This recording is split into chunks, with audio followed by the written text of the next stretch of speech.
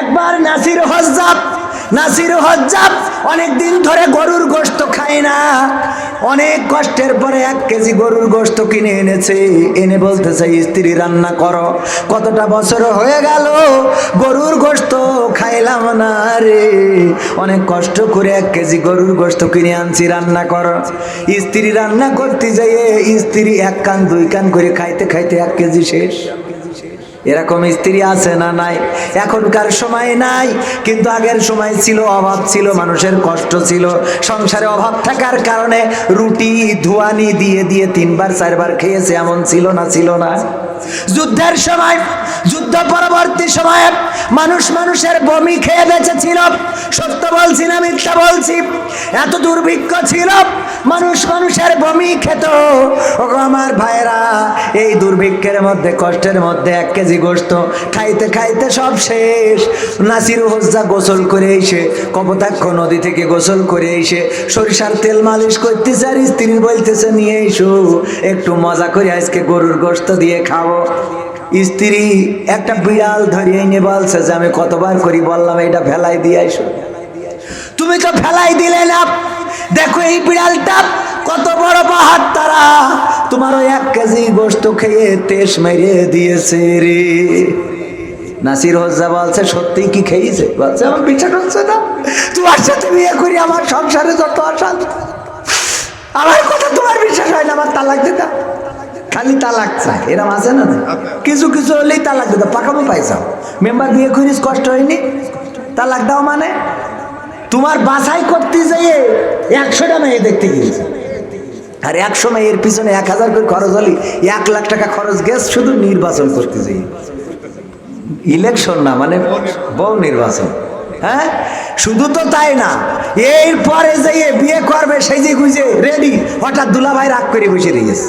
দুলাভাইয়ের স্পেশাল বলা হয়নি, আবার দুলাভাইয়ের তেল মাখাও, পা হাত পায়ে তেল মাখাই দুলাভাই আনতে এত কিছু করে গাড়িতে উঠতে যাইয়ে ও ড্রাইভার দরজা খুলছে না, কেন? ওর আবার টাকা দিতে হবে। দিয়েছে, বিয়ে বাড়ি এসে ও তো আর সচ্ছে না, ও নামবে, ওমা ড্রাইভার লোয়া খেটে বসে আছে, কয় তা টাকা না দিলে নামতে হবে, টাকা দিয়ে আবার তারপরে এমনি সেমনি খরচ আছে না নাই? এত কষ্ট করে বিয়ে করলাম, তালাক দেবো, পাকাবো, পয়সাও আছে না নাই? এরপরে নাসির হজ্জা যখন এই বলি বলছে তালাকের দরকার নেই, বিড়ালটা দাও, প্যাকেটের মধ্যে ভরি দাও। প্যাকেটে ভরি নিয়ে এই যে সুজানগর না কিছু নেই, কেন কি পাড়া, সারাপোলে এক বাজারে যেয়ে দোকানে বলছে যে এই বিড়ালটা একটু ওজন দাও দিন, মিটারে ওজন দিয়ে দেখে বিড়াল 1 কেজি। বাড়ি এসে স্ত্রী বলছে, স্ত্রী বিড়াল কি সত্যিই গোশত খেয়েছে? তা বলছে, এখনো তুমি অবিশ্বাস করতে চাও? তা বলছে, না অবিশ্বাস করছি না, কিন্তু আমার দুঃখ হইলো বিড়ালটা এই সারাপোলতে ওজন দেয় কি শাহপুর বাজার থেকে ওজন দিয়ে নিয়ে আসলাম, মিটারে 1 কেজি ওজন হয়েছে। এখন আমার দুঃখ হইলো, এটা যদি সে বিড়াল হয় তাহলে সে গোশত কর, আর এইটা যদি গোশত হয় তা সে বিড়াল কর। কথা বোঝেননি? এখন এমপি ব্যারিস্টার সুমন সাহেব উনি যদি সব বইলে দেয়, তাইলে তালার লোক বলবে সে রাস্তা কই, তালার লোক বলবে সে আটা কই, ময়দা কই, চাল কই, তেল কই, ডাল কই, বিরিজ কই।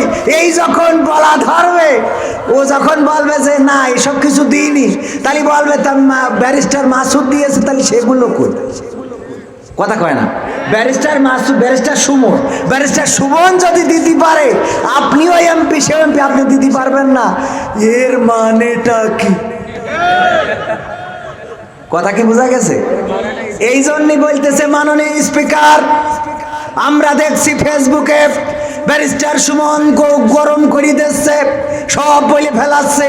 এইভাবে বলতে থাকলে আমরা চুরি করব কিভাবে? মাননীয় স্পিকার, আপনার মাধ্যমে প্রধানমন্ত্রীর কাছ থেকে জানতে চাই।